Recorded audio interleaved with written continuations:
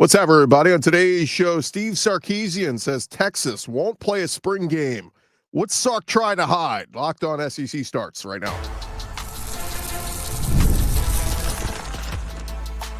You are Locked On SEC, your daily podcast on the Southeastern Conference. Part of the Locked On Podcast Network, your team every day. And what's up, everybody? Welcome into Locked On SEC. It's great to have you guys along. I'm Chris Gordy. Thanks for making Locked On SEC your first listen every day. Shout out to everydayers who are free and available wherever you get your podcasts and on YouTube, part of the Locked On Podcast Network, covering your team every day. Today's episode is brought to you by FanDuel. Right now, new FanDuel customers can get $150 in bonus bets if your first $5 bet wins. That's at FanDuel.com. All right, let's dive into it. The big news coming out of yesterday, if you missed this, Steve Sarkisian announcing that Texas will not hold a spring game for 2025. On Thursday, Kay Adams with her Up and Adams show made their stop in Austin, Texas, and she teased it out the day before. She said, we're going to have Steve Sarkisian on. If you got any questions, let us know.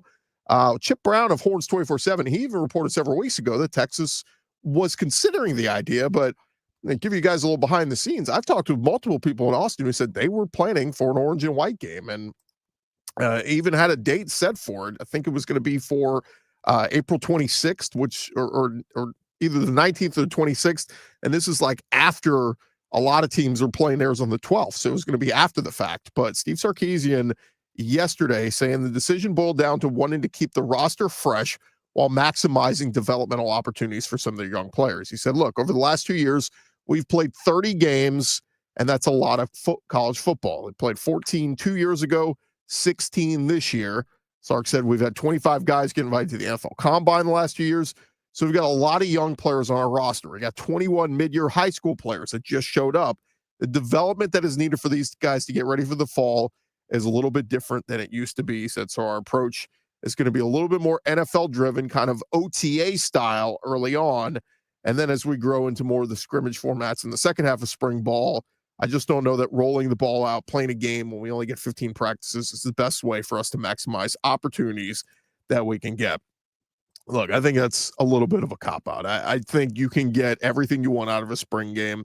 I wouldn't be shocked if we start to see more and more teams start to go the route of Ole Miss with, we're going to have hot dog eating contests and tug of war contests, do something for the fans. But I just think part of this is a little bit of the paranoia thing, right? We hear all the time from coaches, Nebraska, Matt Rule saying, "Oh, we're a little paranoid. We don't want to put stuff on film that our opponents are going to be able to see and all this kind of stuff."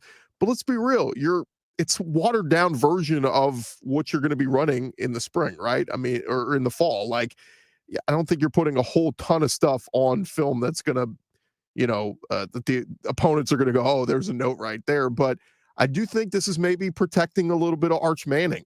Obviously, Longhorn fans super excited to see the redshirt sophomore take over and lead the first team offense. And already the things are coming out that he's the favorite for the Heisman Trophy. And let's be real too, your first game of the season is against the reigning national champs, Ohio State, on the road on August 30th. And so, expecting they were going to keep it vanilla anyway, but Texas now joins the list of schools that have nixed the spring game. USC, Ohio State, and Nebraska have all already canceled their spring games. Matt Rule cited widespread tampering in college football as one of the main reasons why he wanted to cancel it. And he was saying teams were literally looking and saying, "Oh, we want to cherry pick and let's go get that guy, encourage him to enter the portal. Let's get him over here." But here was Steve Sarkisian's quote. He said, "To put a game on TV, while it's fun, I'm giving away a lot of information that is proprietary." I just, man, like I said, spring games are vanilla. Like you're not going to be showing a ton of wrinkles of what you're going to be running in the fall. I don't see any harm in it, but again, Steve Sarkisian making his decision, and Texas will not play a spring game. A few other wrinkles with Texas. Sark was content to name Arch Manning as his starting quarterback with on the Up and Adams show, but he said Arch Manning will have to earn his keep with Quinn Ewers moving on, but the time is now for Arch Manning to step up, and he said he believes Manning is ready for the job. Here's what he said. He said, "It'd be pretty tough for me to say he's not going to be our starting quarterback. He started a couple games for us last year, played really good football. Our first game in the SEC against Mississippi State, he was our starting quarterback. And he said, I think the exposure he's had, I think he's ready for it. And I think he's ready for the moment. We've got a pretty good team. We got a lot of work to do. And a handful of games Longhorns played last season. Arch Manning threw it 90 times, completed 67% of his passes for just under 1,000 yards and 9 touchdowns. He did 13 interceptions. The start against Mississippi State, he was 26 of 31 for 325 and 2 touchdowns. He also had a rushing score and 33 yards rushing on 6 carries. Of course, he had that big 67-yard run against UTSA. And there's a reason why Texas fans are super excited to see what Arch Manning is going to do. But I do just think it's a little bit, like I said, I don't know what the right word is, but to say like, oh, we don't want to be putting secrets out there, I just think it's foolish. Like it's a spring game. You could find ways to run very vanilla stuff, but still get fans excited. That's the whole thing about this. It's just about fan excitement, right? And excitement's already an all-time high with Arch, but I don't know. I just there's going to be an evolution here where I think schools and teams are going to have to find more creative ways if we're going to move away from the traditional spring game in a sense. I've even thrown out there the idea of, these cupcake games everybody hates in the fall. Why don't we move these to the spring? Hey, if you're going to play McNeese State in September, let's move them to April. Let's play a spring game between Texas and McNeese or whatever. Charge admission. Let people come see it. Again, you could be, soft thuds or whatever, however you want to do it to prevent injuries. But, at least that takes away the cupcake and that nobody enjoys in September. You can have as your spring game where you're getting to go up against other people. If Sark says he wants to treat it NFL style like OTAs, you know what NFL does throughout their OTA process and into getting ready for the season? They do joint practices where the Patriots will go up against the Saints in a joint practice, and you'll have one-on-ones. Again, you protect your quarterbacks, you can put them in a red jersey, whatever, but I think that's even a better alternative if you're looking for something different for the spring games. A few other notes here on the Texas Longhorns before we're going to switch gears, move over to the Florida Gators. Texas is set to hire their new running backs coach. They're going to build off of last season where Trey Wisner really emerged as a big-time running back for them last year, but former running backs coach Tashard Choice, we know that teams were coming after him. There was even a report recently that they had figured out they were going to keep him, and they found a way to hang on to him. Well, he left Texas to become the running backs coach at the Detroit Lions, where he will work with Jahmyr Gibbs, David Montgomery, and those guys. But the Longhorns were looking around for their next running backs coach, and they are going to former West Virginia coach Chad Scott. Scott was the OC the past 2 years at West Virginia, was retained by Rich Rodriguez, and was supposed to remain on that staff for the Mountaineers. Played a big role in the development of their running back, C.J. Donaldson, who rushed for 2,000 yards and 30 touchdowns in his career. And West Virginia was top 10 in rushing the football the past 2 seasons. So big-time running back coach, and now he will come to Texas, where he'll get to coach Trey Wisner, and that whole group. They will get C.J. Baxter back after missing last season due to injury. So good running back room there, and Chad Scott going to replace Tashard Choice as the running backs coach there for the Longhorns. And like I said, load of running back room for him to work with, and a reason for UT fans to be excited there. Again, got to be excited for the Longhorns. Just Arch Manning mania. I've said it before. I'm an Arch truther. I think there's certainly reason to get excited about him, but Texas does lose a lot, man. There is a lot they're having to replace. Center Jake Majors, obviously their left tackle, Kelvin Banks, wide receiver room. It's another revamping of that wide receiving core. They did it last year.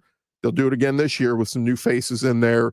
But we'll see. We'll see what these new faces look like and how quickly they gel with Arch and the rest of the group, and how quickly they retool this offensive line. But a lot of people still very high on the Longhorns. A lot of people still putting them as a preseason top 10 team next year.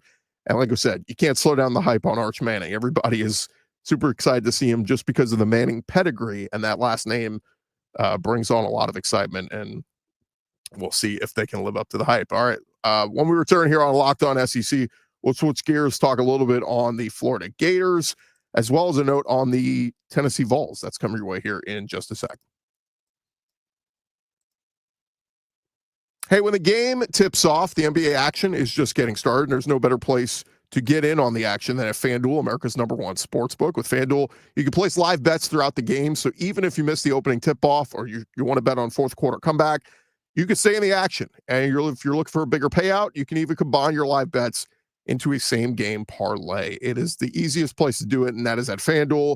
Their live betting feature keeps every moment of the game exciting. Whether you're backing your team for a late rally, you're picking a player to hit a clutch three, whatever it is, you'll never miss your chance. And right now, new FanDuel customers, if you've never bet with them before, you can get $150 in bonus bets if your first $5 bet wins. Just visit FanDuel.com to join today. That is FanDuel.com for your shot at $150 in bonus bets. Go make every moment more with FanDuel, the official sports betting partner of the NBA.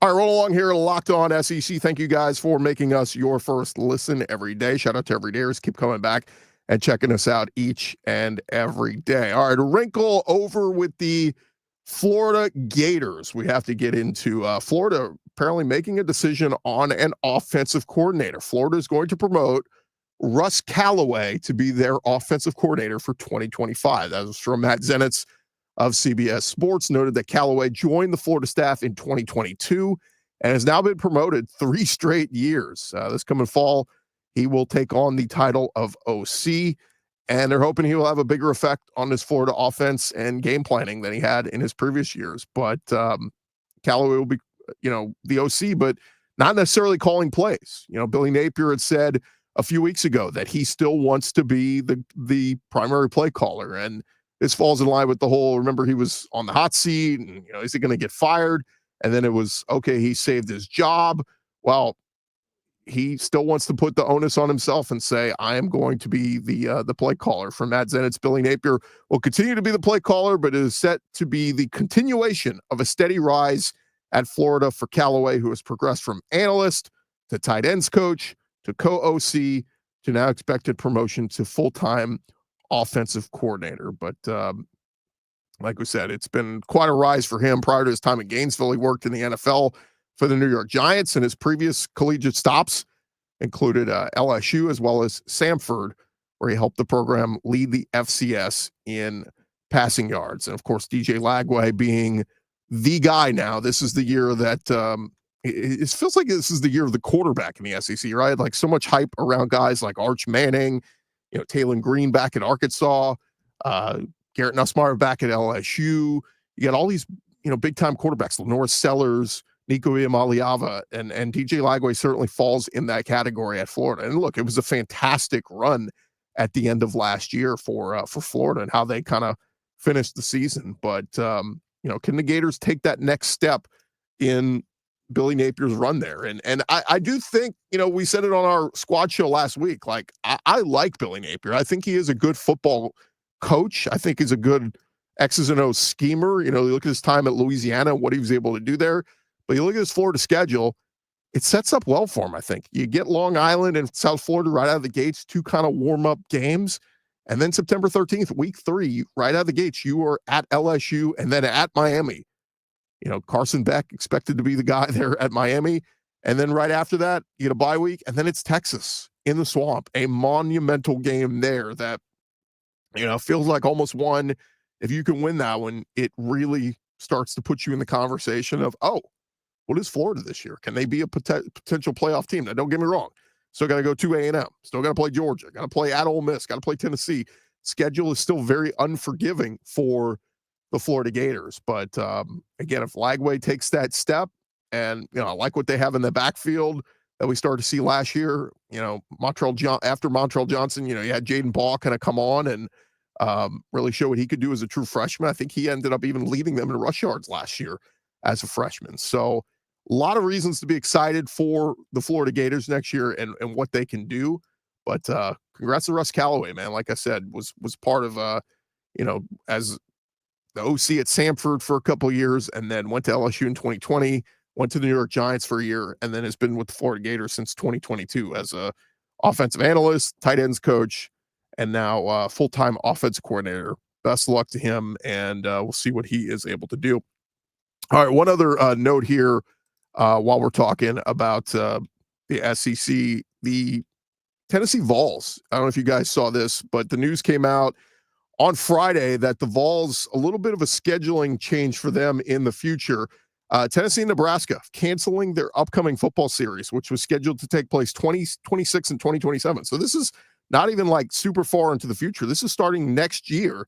Tennessee was supposed to play a 2-game series with the Nebraska Cornhuskers. And as Pete Thamel of ESPN reported, he said, according to sources, Tennessee and Nebraska are canceling their upcoming football series, which was scheduled to be played in Lincoln next year and in Knoxville the year after in 2027. He said a driver of the move was Nebraska wanting 8 home games in 2027 when they expected reduced stadium capacity. Now, Tennessee AD Danny White took this report to task. He quote tweeted Pete Thamel and said, correction, Tennessee is not canceling this series. Nebraska did. We are very disappointed that they didn't want to play these games, especially this close to 2026. I mean, guys, we're talking next year. Like you're just putting it out there that you're canceling this game for next season is pretty, pretty dire. I mean, now it's on Tennessee. They got to go find a new opponent. And that was going to be a fun series, I think, to kind of see where Nebraska was in their evolution under Matt Rule. Dylan Raiola, of course, second-year guy this year. Everybody's excited to see what he's going to do. And, what Tennessee's been building as a playoff team this year under Josh Heupel. Can they take that next step? And, again, just a series that we're going to miss out on now as Gordon reports, Nebraska's pulling out of the series with the Tennessee Volunteers. So we'll see what happens. Again, all this evolution of college football playoff and all this, is the SEC going to move to 9 conference games? And the whole talk of, will the SEC and Big Ten pair up on playing each other moving forward? And is that going to be your big non-conference game moving forward? You're not going to have to go schedule these kind of teams like Nebraska, or maybe we'll get it anyway. Maybe the SEC and Big Ten will link up and say, these are our crossover opponents, and Tennessee and Nebraska, you'll play anyway under this scenario. So we'll see what happens, but certainly, like I said, a series that was, I think a lot of people are going to be looking forward to is no more. All right, still more to come here on Locked On SEC, part of the Locked On Podcast Network. Georgia making an addition to their staff. Is their offense going to spice it up next year? We'll talk about that here in just a second.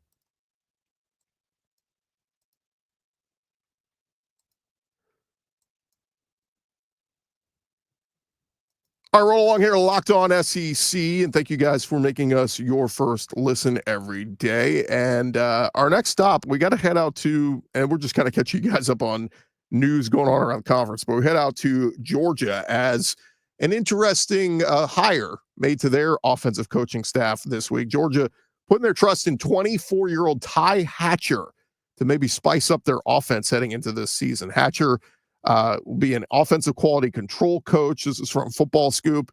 And Georgia just the latest stop on Hatcher's SEC coaching tour. He's the son of current Samford head coach Chris Hatcher, who's the program's all-time winningest coach, but he's already been on the coaching staffs at Texas A&M, Alabama, Oklahoma, and now he's reportedly heading to Athens to work with an offense that, was criticized as the year went along under Mike Bobo. There were some people saying that maybe it was a little bit stale. Maybe it wasn't as good as it had been under Todd Monken. And so Hatcher going to go in there, and we'll see what Ty Hatcher can do to help that Georgia offense and maybe help out these quarterbacks, whether it's going to be Gunnar Stockton, whether it's Ryan Puglisi, whoever's going to win this quarterback battle for the Georgia Bulldogs. But Hatcher's dad was also Kirby Smart's first boss as an assistant college football coach back at Valdosta State in 2000.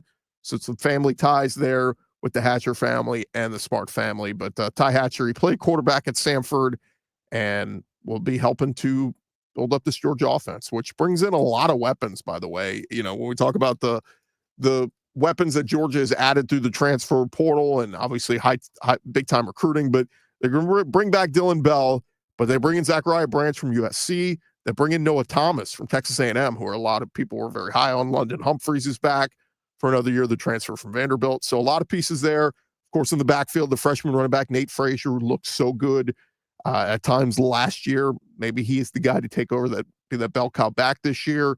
Offensive line should be strong. Oscar Delp is back for another year. Tight end, Lawson Lucky, and those guys. So you got a lot of pieces there for the Georgia Bulldogs on offense, and we'll see what Ty Hatcher can do to help spice up that Mike Bobo offense and maybe put some wrinkles in there that can maybe get things going for them. One other Georgia Bulldogs note here, Carson Beck, former Georgia quarterback, he is now at the University of Miami.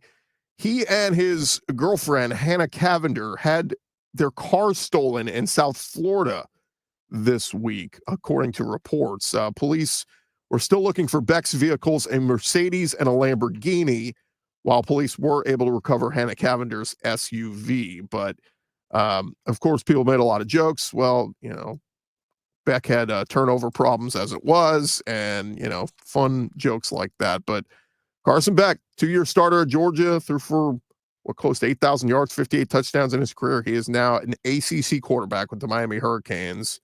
But very interesting story there. That take care of your stuff. It's one thing to have NIL deals and get really fancy cars and all that, but gotta protect them and take care of them. So interesting story there for you guys. All right, a few other SEC nuggets before we get out of here. Mississippi State, they are reportedly set to name Courtney Williams as their assistant general manager, according to CBS Sports. A promotion for Williams, who had been Mississippi State's director of scouting the last 2 years. He worked at Memphis before coming to Mississippi State. So an interesting move there for Jeff Lebby and company, hoping to, again, continue to add more wrinkles to that Mississippi State room where they just need more talent, man. They need a lot more talent and need to take a step forward this year. And it sounds like Blake Shapen is probably going to be their quarterback. After he had a chance to, or got injured last year, and, their freshman Michael Van Buren got thrown into the fire and looked really good. Well, he's now the backup to Garrett Nussmeier at LSU. So in Blake Shapen, they trust there. They did bring in Luke Krummenhoek, the quarterback from Florida State, but Jeff Lebby got to improve that win total this year. Got to find a way to win an SEC game. That is certainly true. Over at LSU, interesting tidbit here. A trial date was set for LSU running back Trey Holly, which has been a significant development. He was charged in a connection with a shooting last year in Union Parish, Louisiana. His trial will begin July 7th in Farmerville, Louisiana. After a hearing was had this week, Holly is facing one felony count of illegal use of a weapon or dangerous instrument. And so the attorney saying that Holly will continue to plead not guilty, said he fully expects the case to proceed to a jury trial. And Brian Kelly and company have kind of been saying, like, look, we need to get some clarity here. And this is where the justice system, it just moves slowly. I mean, they want to find out, this goes back to February of 2024. Holly and two others were arrested after a shooting took place. February 2024, 2 people were injured by gunshot wounds. Holly is a redshirt sophomore at LSU. He's been indefinitely suspended from the team since that arrest. And the outcome of the trial will determine if Holly can return to play for the Tigers. Missed all of last season because of this. He's maintained his innocence, says that he was falsely identified, accused, and arrested. So hopefully some clarity to come real soon here for LSU. But, look, they got Caden Durham in the backfield, who was a dynamic freshman for them last year. They're hoping he takes another step as a sophomore. They've got Caleb Jackson back there. They did sign some good running backs in this year's class, Barry being one of them. So we'll see what LSU's run game looks like next year. But certainly, I think they would like to add Trey Holly back to that running back room, and we'll see if he can get that trial date and hopefully some kind of decision that could find him maybe back on the football field sooner rather than later for LSU. And then lastly, Heather Dinich, she was reporting, catching up with Greg Sankey and some of the big-time decision makers as they met this week.